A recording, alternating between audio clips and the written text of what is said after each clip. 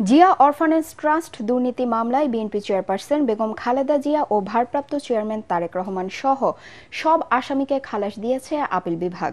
প্রধান বিচারপতি সৈয়দ রেফাত আহমেদের নেতৃত্বাধীন ৫ বিচারপতির আপিল বেঞ্চ এই রায় দেন। রায় বিচারিক আদালত ও হাইকোর্টের রায় বাতিল করেছেন সর্বোচ্চ আদালত। এই মামলায় ১০ বছরের সাজার বিরুদ্ধে খালেদা জিয়ার করা আপিলের ওপর ৪ দিন শুনানি শেষে রায় ঘোষণা করল আপিল বিভাগ।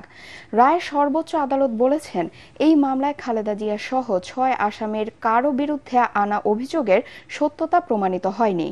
রায়ের পর খালেদা জিয়ার আইনজীবীরা বলেন, এই মামলা রাজনৈতিক প্রতিহিংসা থেকে করা হয়েছে।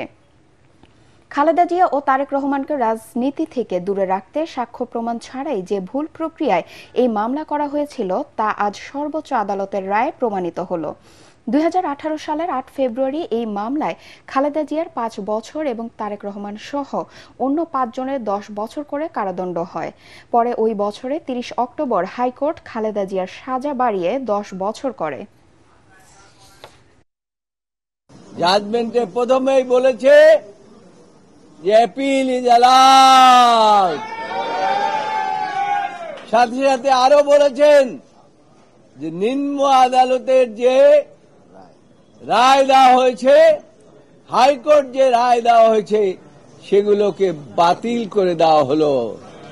এবং আরো বলেছেন যে এই মামলায় যারা আপিল করতে পারেন নাই, জনাব তারেক রহমান সহ সকলকেই তিনি খালাস দিয়েছেন এই আদালত। এবং আরো বলেছেন এই সমস্ত মামলায় যে সমস্ত বেল বন্ড দেওয়া হয়েছে সেই বেল বন্ড ও আর থাকলো না। একটা বিদ্বেষমূলক এবং প্রতিহিংসামূলক, এবং কার বিরুদ্ধে প্রতিহিংসা? পুরো জিয়া পরিবারের উপরে প্রতিহিংসা, সারা বাংলাদেশের বিরুদ্ধে প্রতিহিংসা। বেগম খালেদা জিয়া এবং তার পরিবারকে খাটো করার জন্য, নিশ্চিহ্ন করার জন্য রাজনৈতিক চিন্তা চেতনায় এই মামলাটা দায়ের করা হয়েছিল।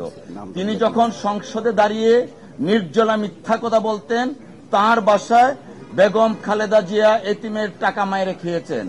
আজকে আদালতের মাধ্যমে প্রমাণিত হলো, আদালতের মাধ্যমে প্রমাণিত হলো দেশনেত্রী বেগম খালেদা জিয়া ইনোসেন্ট।